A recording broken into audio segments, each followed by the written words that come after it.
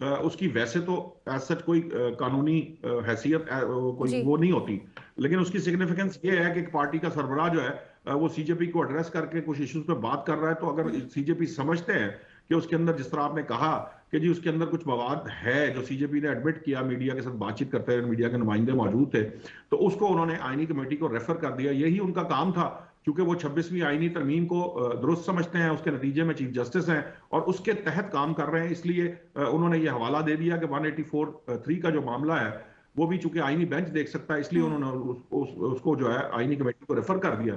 اب معاملہ یہ ہے کہ اس کے نتائج کیا ہو سکتے ہیں؟ فی الوقت تو اس کے کوئی نتائج نہیں ہوں گے، ماں سوائے اس کے کہ میں اور آپ بیٹھ کر یہاں پر اس پر مباحثہ کر رہے ہیں، یا ہم اس کے اوپر جو اپنی جسے کہہ لیجئے قیاس جو ہے وہ قیاس آرائی کر سکتے ہیں. اس کے علاوہ اس کی کوئی ویلیو نہیں ہے. ادروائز جو پاکستان تحریک انصاف یا عمران خان صاحب کی شکایات ہیں بانی پی ٹی آئی کی، وہ ساری کی ساری جو ہے وہ روز مرہ کی بنیاد کے اوپر وہ عوام کو بھی معلوم ہے، اور وہ سارے کا سارا جو بھی ان کا چارج شیٹ ہے اس حکومت کے خلاف یا اسٹیبلشمنٹ کے خلاف یا کسی بھی اس کے اوپر جو موقف ہے، وہ تو روز کی بنیاد پر سامنے آ ہی رہا ہوتا ہے. ان کے نمائندے بھی بول رہے ہوتے ہیں، ان کے وکلا حضرات بھی بول رہے ہوتے ہیں، جلسے جلوسوں میں بھی یہ بات ہو رہی ہوتی ہے.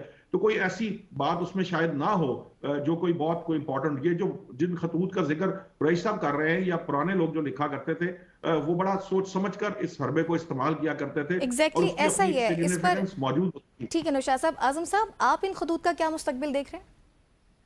دیکھیں، اس پہ تو خیر اصل بات ہوگی کہ خطوط جو ہیں اس کا مقصد کیا تھا اور مستقبل کیا تھا. اب بات یہ ہے کہ کیا ان خطوط کے نتیجے میں کوئی ہمیں کچھ چیزیں کو مثبت انداز میں چلتی ہوئی نظر آئیں گی. اب دیکھیں، اس وقت پاکستان کے اندر آئی ایم ایف کا وفد موجود ہے جی، اور اس موقع کے اوپر آپ جوڈیشل کمیشن کا ایک اجلاس کر رہے ہیں، اور آئی ایم ایف کی جو ڈیمانڈز ہیں کہ رول آف لا، ان کا ایک بہت بڑا مطالبہ ہے کہ قانون کی حکمرانی ہو، انصاف ہو، اور اسی موقع پہ آپ اپنی مرضی کے ججز تعینات کر رہے ہیں، اور اسی موقع پہ عمران خان صاحب خط لکھ رہے ہیں، جو کہ خط صرف چیف جسٹس صاحب کو نہیں لکھا گیا. آپ دیکھے گا انہی خطوط کی کاپیاں آپ کو بین الاقوامی اداروں کے اندر جاتی ہوئی بھی نظر آئیں گی، اور وہاں بھی وہ کاپیاں بھیجی جا رہی ہیں.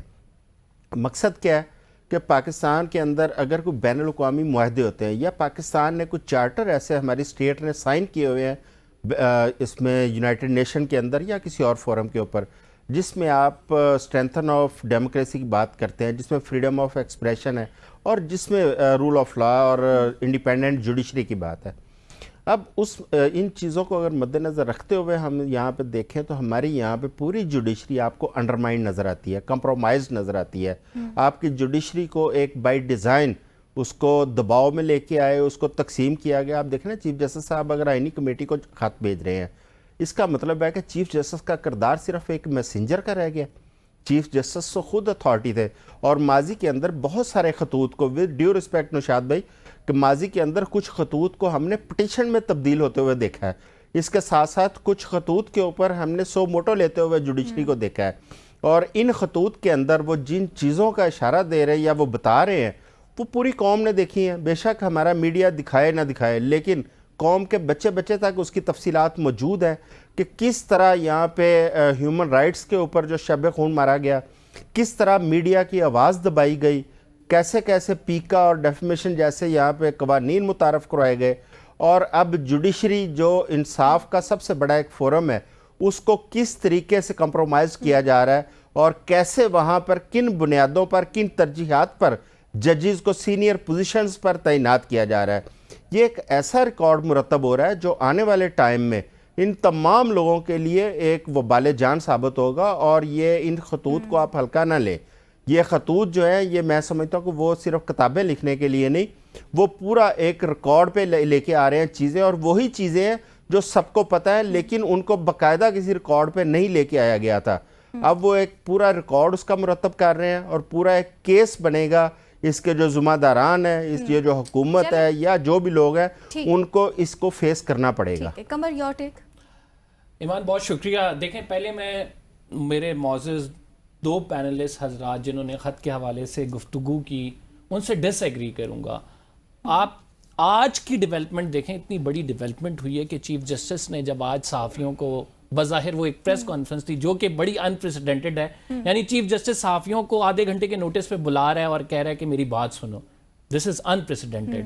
اور پھر چیف جسٹس نے بلا کے کہا کہ عمران خان صاحب کی جانب سے جو خط لکھا گیا تھا ہم نے اس کو نہ صرف آئینی بینچ میں ریفر کیا ہے بلکہ وہ معاملہ آرٹیکل 184(3) کے تحت آتا ہے. یعنی اس خط کی سگنیفیکنس ہم یہاں سے دیکھ لیتے ہیں کہ چیف جسٹس خود اس کو ایکنالج کر کے کہہ رہے ہیں. اور آپ نے یو ایس بی کے ساتھ بات کی تھی تو آج چیف جسٹس کے یہ الفاظ ہیں کہ عمران خان صاحب نے جو شواہد دی ہیں, جو وہاں پہ جو ویڈیوز فراہم کی گئی ہیں, جو یو ایس بی میں ڈیٹا ہے, وہ کافی سنجیدہ نوعیت کے ہیں. تو ہم اس کا میگنیٹیوڈ دیکھ لیں, اس کو ہم اینالائز اگر کریں تو ہمیں پتہ لگتا ہے کہ عمران خان صاحب کی جانب سے وہ اسٹریٹجی جو اپنائی گئی ہے خط لکھ کے وہ بالکل درست ہٹ ہوئی ہے. یہ الگ بات ہے کہ چیف جسٹس نے اس کے ساتھ کیا کیا ہے. چیف جسٹس نے اگر وہ معاملہ آئینی بینچ کو بھیج دیا ہے تو میں یہ سمجھتا ہوں کہ وہ حکومتی ججز جن کو جوڈیشل کمیشن کی جانب سے آشرواد حاصل ہے اور انہوں نے یہ معاملہ سننا ہے تو وہ اس کا بھی وہی حال کریں گے جیسا ہم پہلے کیسز کا دیکھتے آئے ہیں.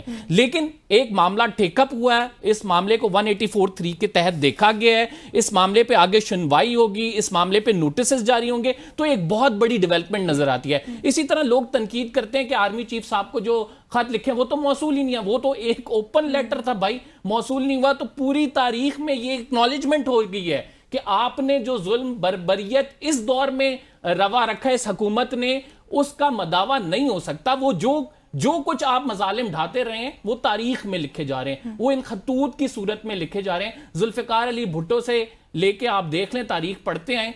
سر نے کہا کہ مارٹن لوتھر کنگ نے لکھا تھا, تو یہ تاریخ ایک مرتب ہو رہی ہے جو کہ بڑے آپ کو پتہ ہے کہ سنہری الفاظ میں اس ملک میں جب بھی جمہوریت کے طور پر آمریت کا دور آئے گا تو یہ لکھی جائے گی اور لوگ پھر اسے پڑھیں گے بھی اور کریں گے واہ واہ اس ٹائم کے چیف جسٹس صاحب کیا زندہ باد, انہوں نے کیا کچھ کیا تھا.